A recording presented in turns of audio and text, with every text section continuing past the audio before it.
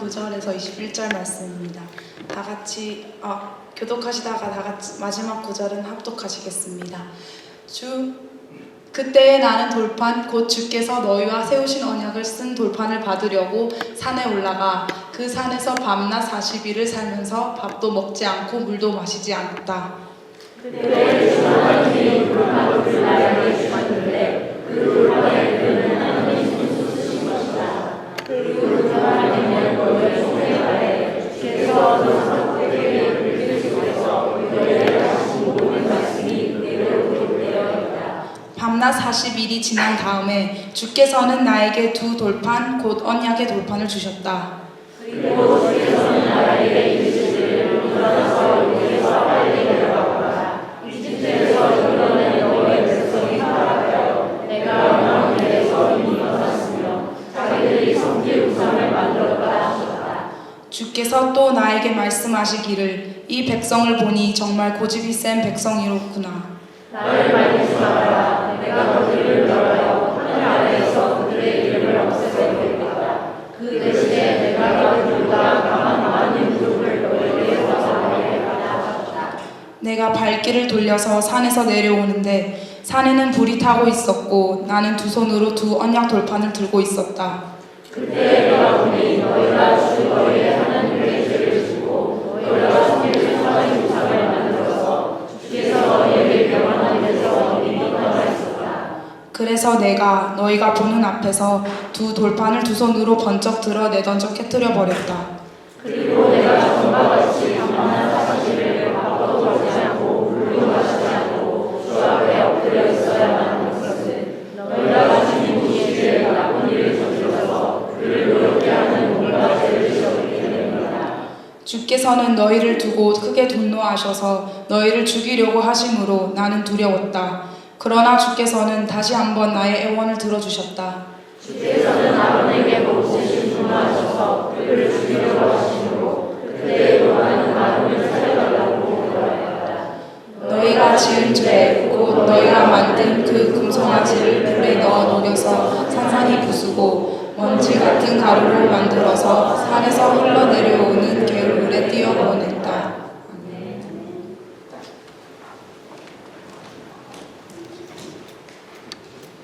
자, 오늘 오랜만에 큐티 예배로 드리겠습니다. 큐티 교재가 바뀌었는데 통독과 큐티를 겸하고 있습니다. 자, 오늘은 신명기 9장 말씀이에요. 대표로 오늘 이성진 입사님이 나누도록 하겠습니다.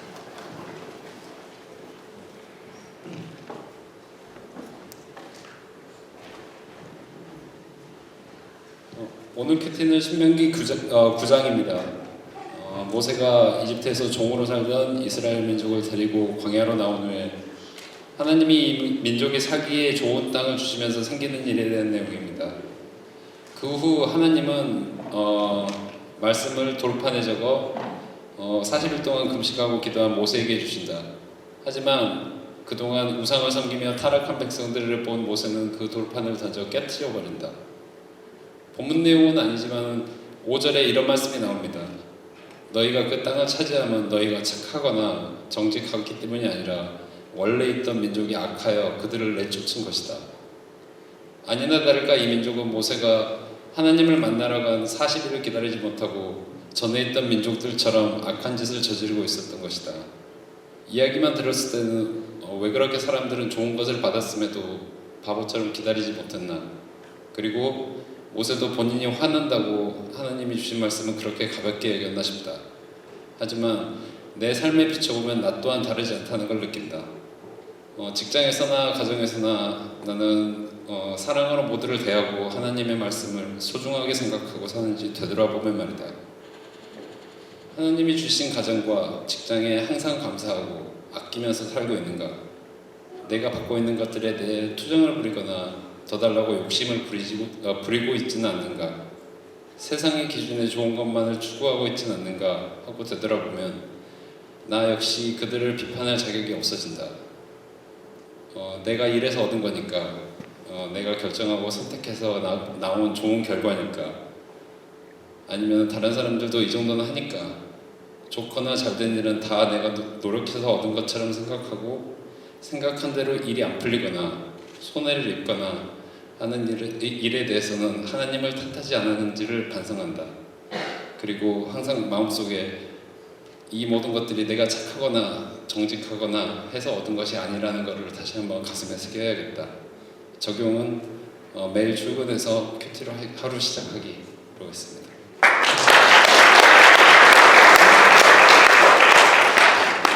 예, 저희 교회가 모두 정교히 큐티하고 말씀 읽는 교회가 됐으면 좋겠다라는 그 비전을 갖고 이렇게 하루 나가고 있는 교회입니다. 오랜만에 큐티 예배 드렸는데 잘 나눠주셨어요.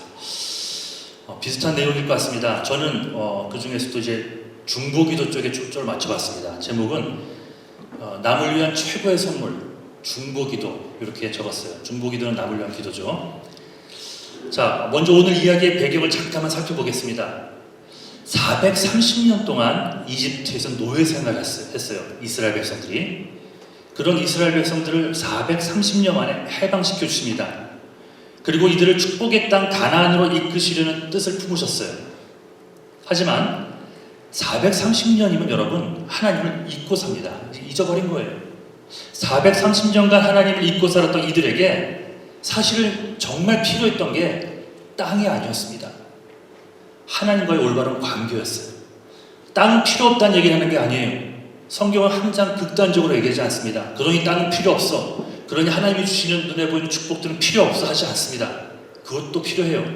하지만 성경은 항상 우선순위를 얘기하고 있습니다. 땅보다는 하나님의 말씀이 더 필요했어요. 성도라는 게 뭡니까 여러분? 구별된 자들이라는 뜻입니다. 구별된. 그 구별은 하나님의 말씀으로만 가능해요. 절대로 내 생각, 내 나름대로는 구별되지 않습니다. 예나 지금이나 하나님의 사람을 하나님의 사람답게 만들어주는 것은 하나님의 말씀뿐입니다.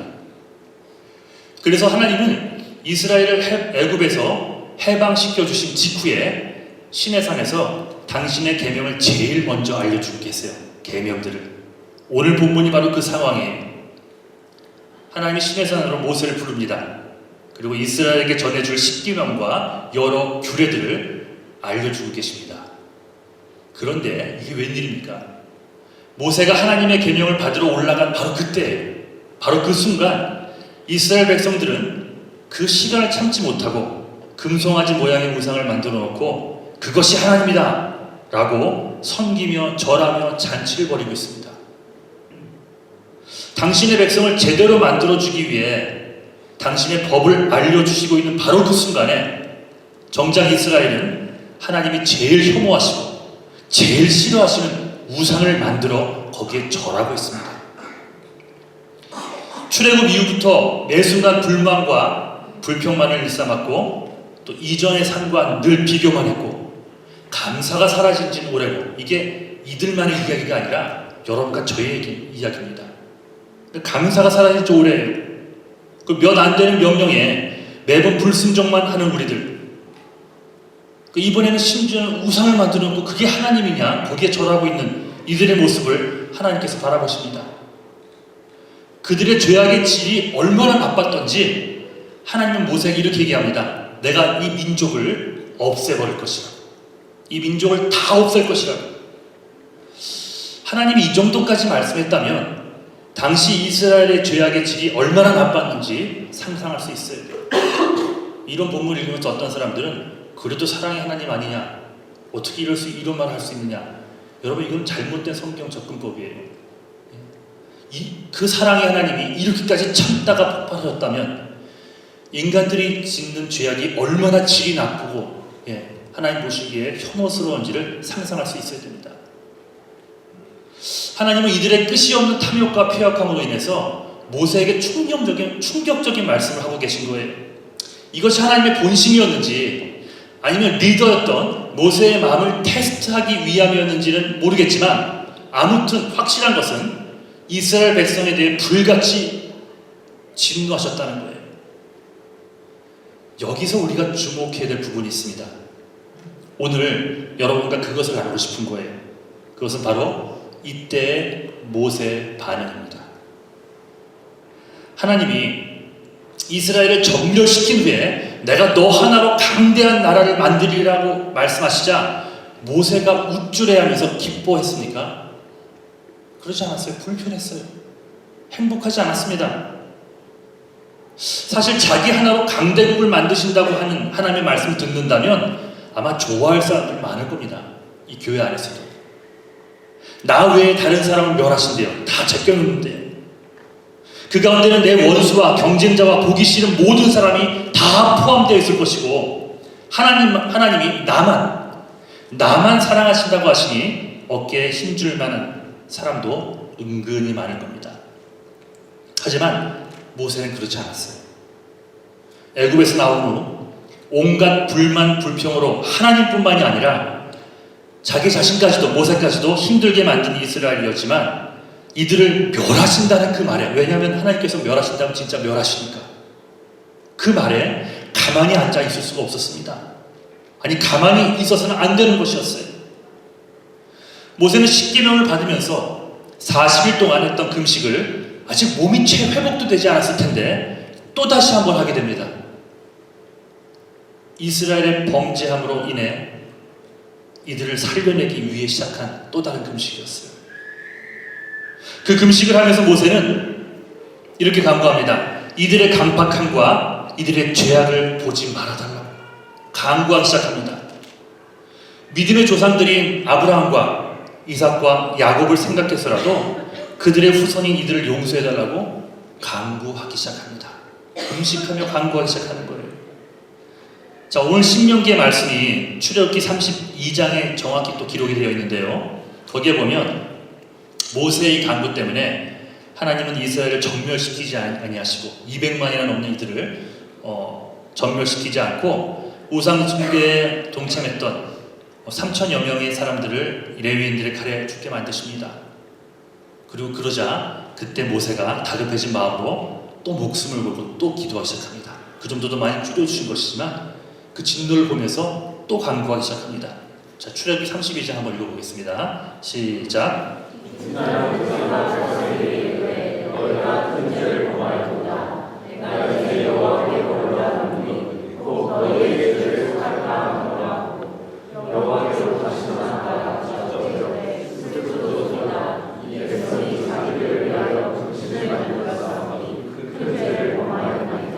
그러나 합의하시면 이제 같이 읽으세요. 시작. 그러나 합의하시면 이제 그들의 죄를 사하시옵소서.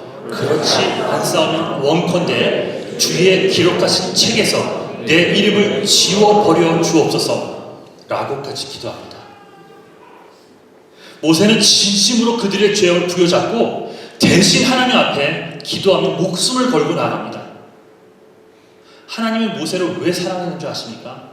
혈기를 내 반석에 물을 냈던 그 모습 때문에 결국은 가나안 땅을 못 들어가는 그런 잘못도 범하지만 하나님이 모세를 너무너무 사랑하셨어요. 바로 영혼들을 사랑하는, 하나님이 사랑하시는 그 영혼들을 이 모세가 얼마나 사랑하는지를 알았기 때문에 모세를 그렇게 사랑하셨습니다.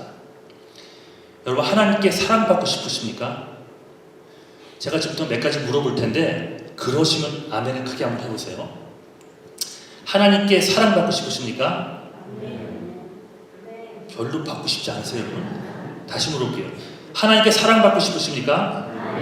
하나님이 나랑 이야기도 해주고 내 마음을 만져주시기도 하시고 나를 사랑하신다는 사인도 매 순간 보내주시길 원하십니까? 적어도 하나님에겐 내가 주인공이 되고 싶은 어린아이같이 주인공이 되고 싶은 마음이 저에게도 있습니다. 뭐 교만한 마음이 아니라 하나님 앞에 그런 모습, 그런 사람이 되고 싶어요. 하나님이 나를 주목하시고 나를 기뻐하시고 내가 하는 기도에 늘 응답해 주셨으면 좋겠습니다. 여러분, 만약 이것들을 원한다면 무엇보다 모세처럼 영혼을 사랑하는 마음을 품고, 그 다음이 중요해요. 사랑한다면 남을 위해 기도해야 합니다. 기도는 능력의 통로예요. 자, 오늘 본문 19절 보겠습니다. 시작. 여호와께서 심히 분노하사 너희를 멸하려 하셨으므로 내가 두려워하였으므로 그러나 여호와께서 그때에도 내 말을 들으셨고, 하나님이 모세의 기도를 들으셨대. 이번이 처음이 아닙니다. 또다시 들으셨다라고 얘기합니다. 과연 여러분의 기도는 하나님이 들으십니까? 이 무슨 기도였는지를 살펴보면 돼요. 백성들의 죄악을 보지 마시고 용서해달라는 거예요. 심지어는 자기의 이름을 생명책에서 빼내는 한이 있더라도 이들을 용서해달라는 기도를 합니다. 얼마나 자기가 이끌고 있었던 그 백성들을 사랑했는지가 느껴집니다. 하나님이 모세의 이런 마음을 기뻐하셨던 거예요. 영원 사랑하기를 하나님만큼이나 사랑했던 모세였기에 자기 죄악의 대가로 죽어야만 하는 이 백성들을 놓고도 저렇게 안타깝게 중보하는 모세였기에 독생자 예수를 내어주시어 세상 모든 사람의 죄를 대신 지게 하시어 죽게 하실 그 계획을 모세가 알지는 못했겠지만 바로 인류를 사랑하시는 하나님의 마음을 가지고 백성들을 위해 기도했던 모세였기에 하나님은 그를 기뻐하지 않을 수가 없었어요. 또다시 그의 기도를 들으시고 결국 하나님은 그의 기도를 들으시고 작정한 거거든요. 이미 이들을 멸하기로 작정하셨는데 이들을 위한 기도가 있었기에 작정하신 하나님의 뜻까지도 돌이켜 그들을 살려주십니다. 하나님은 여러분에게 이런 마음을 원하십니다. 잘못하는 지체, 저는 잘못 안 하나요? 여러분도 잘못을 하고 리더인 저도 잘못을 해요. 말실수, 눈빛 하나, 행동 하나 잘못하며 여지껏 잘못하며 살아갑니다. 근데 잘못하는 지체를 바라보면서 어떻게 저럴 수 있지? 어떻게 교회 목사가, 집사가, 권사가, 어떻게 어른이 몇 년 믿었다는 사람이 어떻게 저럴 수 있지? 라고 질책하고 비판하고 정죄하는 모습을 하나님께서 이제 우리의 모습 속에서 버리시기를 원하십니다. 그들을 바라보며 그들의 잘못을 바라보며 그들을 위해 중보해주고 기도해주자는 하나님의 마음을 알아야 됩니다. 우리의 기도가 있어야만 죄 용서의 기회를 얻을 수 있는 사람들이 있어요. 그렇기에 하나님은 그들을 우리의 삶에 보여주는 겁니다. 다시 말씀드릴게요. 혹시 나를 힘들게 하고 죄를 짓고 하는 사람들이 주변에 있습니까? 그들을 보여주신 이유는 그들도 하나님의 잃어버린 자녀들이에요. 우리의 눈에는 그들이 너무 싫지만 그들을 보여주시는 이유는 하나님께서 저들을 위해 좀 기도해달라고 우리에게 보여주시는 거예요. 그렇다면 그들을 위해 기도해야만 합니다. 다음 주일에 세례식이 있다고 말씀드렸죠. 유정민이라는 형제입니다. 거의 여기 있는 분들 아는 분들이 없을 텐데 7년 전 유아를 졸업하고 떠난 형제인데 2006년부터 제일교회 나왔어요. 장로교회를 다니다가 저희 교회로 옮겨온 그런 케이스예요. 근데 이 밥만 먹으러 오는 친구였거든요. 근데 아마 약간 상처가 있었는지 저희 교회 조심스럽게 오더니 자기는 예수를 안 믿는다고 얘기를 하고요. 자기는 밥 먹으러 이 교회 온다고 처음부터 얘기를 했어요. 그래서 그러라 그랬어요. 그때 정말 밥만 먹고 갔어요. 정말 밥만 먹고 여기서 떠났어요. 예수를 믿지 않고요, 당연히. 잔치나 파티나 목장이 있었고 왔지만 그 외 다른 것들은 관심이 없었던 청년. 정말 그렇게 여기서 매년 한 3, 4년을 생활하다가 또 가난했기 때문에 4년 만에 졸업을 못하고 5, 6년 만에 졸업을 했던 것 같아요. 안타깝게 이곳을 떠나면서까지 예수를 믿지 않았던 형제입니다. 그랬던 정민이에게서 한 6주 전에 전화가 왔습니다. 결혼을 하게 되었다는 거예요.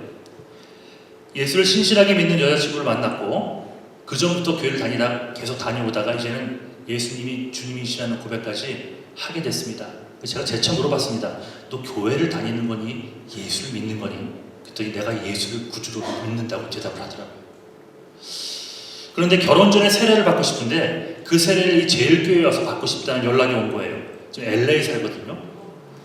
예수를 처음 접했던 곳이 여기였고 포기하지 않고 끊임없이 연락해주며 관심을 가져줬던 사람들이 있던 곳이 여기였고 당시에는 잘 몰랐지만 자기를 위해 기도해주는 사람들이 꽤 많았던 곳, 뭔가 실수를 해도 그걸 알면서도 질책의 눈빛을 보내지 않고 오히려 기회를 줬던 곳, 제일교회에서 세례를 받고 싶다고 연락이 와서 이제 옵니다. 이번 주말에. 너무 감사했어요. 이 정민이를 떠나보낼 때는 복음의 열매가 언제 맺혀질지 상상도 못했습니다. 하지만 그를 위해 끊임없이 기도해주던 중보의 손길들이 있었기에 오늘 이런 기쁜 소식을 접할 수 있는 것 같습니다. 여러분 기도 많이 해주세요. 다음 주에 와서 그 구원의 학신 저랑 나누고 주일날 자기 간증도 나눌 겁니다. 뭐 정민이한테는 지금 비밀이지만 그 정민을 아는 사람들이 몇 명 있거든요, 저희 교회에. 그래서 그 맹집사님 또 아시나요? 맹집사 아시구나. 예, 여견 집사가 이제 오래전부터 알았던 그 청년인데 여견 집사가 그래서 축복문을 낭독해주기로 했고 얼굴도 모르지만 희원이랑 지연이랑 또 해서 트리오가 축복 특주까지 준비를 하고 있어요. 유정민 그냥 이 교회에서 받고 싶어서 오겠어요 했지만 또 이것을 위해서 기도하는 손길들이 이렇게 많습니다. 한 명의 영혼이라도 주님께 돌아오게끔 하기 위해서 하나님은 아직도 이 세상의 심판을 미루시는 겁니다. 여러분 그걸 아셔야 돼요. 잃어버린 한 영혼을 예수께 돌아오게 하는 것이 그래서 우리가 이 세상을 살아가는 이유입니다. 그래서 남을 위한 최고의 선물은 중보 기도인 것을 알 수 있는 거예요. 누군가의 영혼을 살려내기 위해 하는 여러분의 기도는 아무것도 아닌 게 아닙니다. 누군가를 위해 기도한다면 그것은 여러분이 그들에게 줄 수 있는 최고의 선물을 주는 거예요. 자녀들을 사랑하십니까? 사랑하시죠, 여러분? 어저께인가요? 어저께 잠깐 우리 그 엘리를 보러 갔습니다. 우리 여기 애기 아빠 이름이 뭐죠? 원영이. 예. 갔더니 원영이랑 손자가 있더라고요. 애기가 너무 이뻐요. 예. 갈 때마다 자더라고요. 너무 이쁜 거예요. 애기를 이쁘다고 했더니 원영이가 자기 어릴 때 사진첩을 갖고 오더니 제가 똑같지 않으세요? 어릴 때 이랬어요. 자기 이게 더 이뻐요. 아, 이건 진짜 이뻤던 사진인데 보여주더라고 저한테. 예. 보면서 그 아기가 너무 이뻐서 그 아기의 모든 게 자기를 담고 그게 너무 좋은 거예요. 듣기도 좋고. 예. 그렇게 사랑하는 아기를 위해서 원영이가 해줄 수 있는 애기 아빠가 해줄 수 있는 최고의 일이 뭘까요? 기도입니다. 기도예요. 물론 건세하는 거 필요해요. 먹이고 입히고 공부시키고 해야 되는 거 부모로서 해야 되는 일이지만 여러분 정말 자녀를 사랑한다면 정말 해야 될 일은 무릎 꿇고 시간 내서 기도해야 하는 겁니다. 저는 걱정이나 근심이나 이 생각을 얘기하는 게 아니에요, 여러분. 실질적으로 시간을 들여서 하는 것은 최고의 것을 주는 겁니다. 기도해야 됩니다. 그게 자식에게 줄 수 있는 최고의 기도예요. 그러니 안 믿는 자들을 위해서도 기도하시고요. 여러분의 붙여진 사람들을 위해서도 기도하십시오. 제가 말씀드린 것은 예수를 안 믿는 자들을 위한 기도만 중보 기도가 아니라는 겁니다. 누군가 힘든 일을 겪고 있는 것을 여러분이 혹시 들었다면 그 사랑의 회복을 위해서도 여러분 기도해 주셔야 됩니다. 지난 수요일에 캐런 여러분 기억하시죠? 캐런을 신방하고 왔습니다. 미국 교회 교인의 언니니까, 아니 동생이 여동생이니까 우리 페이스 유엠식 교인은 또 아니에요. 거기서 신방하고 왔어요. 하루아침에 목 아래로 전신마비가 와서 입원했던 자매입니다. 그러니까 여러분 오늘 하루 건강한 것도 하나님 은혜예요. 내일 눈을 떠서 일어날 수 있다면 그것도 은혜예요. 하루아침에 목이야가 전신마비가 와서 입원했던 자매인데 입원하자마자 찾아갔을 때에는 숨도 스스로 쉴 수 있는 힘이 없어가지고요. 호스를 꽂아가지고 숨을 쉬고 있었어요. 그러니 그 목 아래는 아무것도 감각이 없고 그러니까 고개만 이렇게 돌리는데 그가 할 수 있는 유일한 것은요. 제 얘기를 듣고 눈을 껌뻑이는 게 다였어요. 기도를 해줄까 했더니 눈을 껌뻑여요. 눈물이 글썽여서. 그게 얼마나 황당했을까. 그때 여러분 모두에게 함께 기도해달라고 부탁을 드렸고 제가 또 서신을 써가지고 저희 교회를 아는 모든 분들의 기도 부탁을 드렸습니다. 지금도 생각날 때마다 그 캐럴을 위해 기도해 주시고 있는 줄도 믿습니다. 지난 수요일에 방문을 했을 때 일단 스스로 호흡할 수 있게 되었던 것은 말할 것도 없고 스스로 마치 건강한 사람들처럼 대화하는데 무리가 없었어요. 그리고 무엇보다 오른쪽 신경이 다 돌아왔어요. 제가 손을 만지는데 손을 꽉 쥐는데 눈물이 다 나더라고요. 이게 얼마나 여러분 이 손가락 하나 움직이는 게 아무것도 아닌 축복 같지만 이게 한 4주 만에 지금 움직이게 된다요. 지금 PT도 하고 계속 훈련 받으면서 그리고 오른쪽 다리 감각도 생겼어요. 왼쪽은요 오른쪽 엄지손가락만 조금 움직여요. 그러니까 이것도 희망이 있다고 합니다. 그러니까 의사들도 거기서 기적이라고 얘기합니다. 이렇게 회복될 수 있는 것이 기적이라고 얘기합니다. 손을 잡고요 대화를 이어갔어요. 제 손을 만지작거리며 눈을 맞춰가며 이야기를 나눕니다.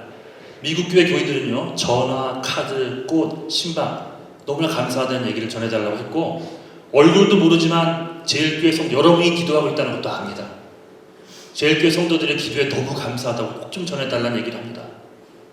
교회를 안 나갔었는데 회복이 되면 언니가 다니는 그 페이스 우리 오전 예배에 함께 나와서 예배를 드리고 싶다고 고백을 했어요. 그냥 일어난 기적일까요? 캐런을 놓고 안타까운 마음으로 기도해준 사람들이 있었습니다. 재활치료를 잘 받을 수 있는 용기가 심어진 것도 여러분의 중보 덕분입니다. 캐런의 아픔을 품고 대신 기도해주고 있는 여러분들의 기도가 캐런을 살려냈을 뿐만이 아니라 예수님에 대한 믿음도 심어주고 있음을 저는 믿습니다. 그러니까 캐런이 받을 수 있는 최고의 복이 뭔지 아세요? 바로 그를 위해 기도해주는 여러분들을 가진 것이야말로 최고의 선물을 받은 셈입니다. 끝까지 기도해주세요. 우리 캐런을 위해서 기도하고 지난주 강조했죠. 그 바니라고 왜 그 유방암으로 고통당하고 있는 자매가 또 한 명 있습니다. 바니, 그 다음에 우리 청년이었던 임승민 형제를 위해서는 여러분 완전히 회복됐습니다. 제가 광고할 때까지 평생 해주세요. 우리의 기도가 필요하다면 끝까지 기도해야 되는 것입니다. 말씀을 정리하겠습니다. 사랑하는 여러분, 영혼을 품고 기도해주는 자리로 매일 나오십시오. 죄악 속에 있는 지체들을 바라보며 기도해 주십시오. 기도하되 안타까운 마음으로, 자식을 대하는 마음으로, 긍휼한 심정으로 그들을 위해 기도하십시오. 또한 여러분에게 붙여준 사람들, 특별히 자식들, 남편과 아내, 부모, 특별히 안 믿는 분들이면 더더욱 그들을 위해서 기도해 주십시오. 하나님께서는 그런 자들을 찾으십니다. 그런 자들의 마음도 주께서 기쁘게 받으실 뿐만이 아니라 여러분의 그 중보 기도를 통해 잃어버리고 상처받은 수많은 영혼들이 주께로 돌아오는 귀한 축복이 일어날 줄 믿습니다. 자, 우리 자리에서 일어나시겠습니다.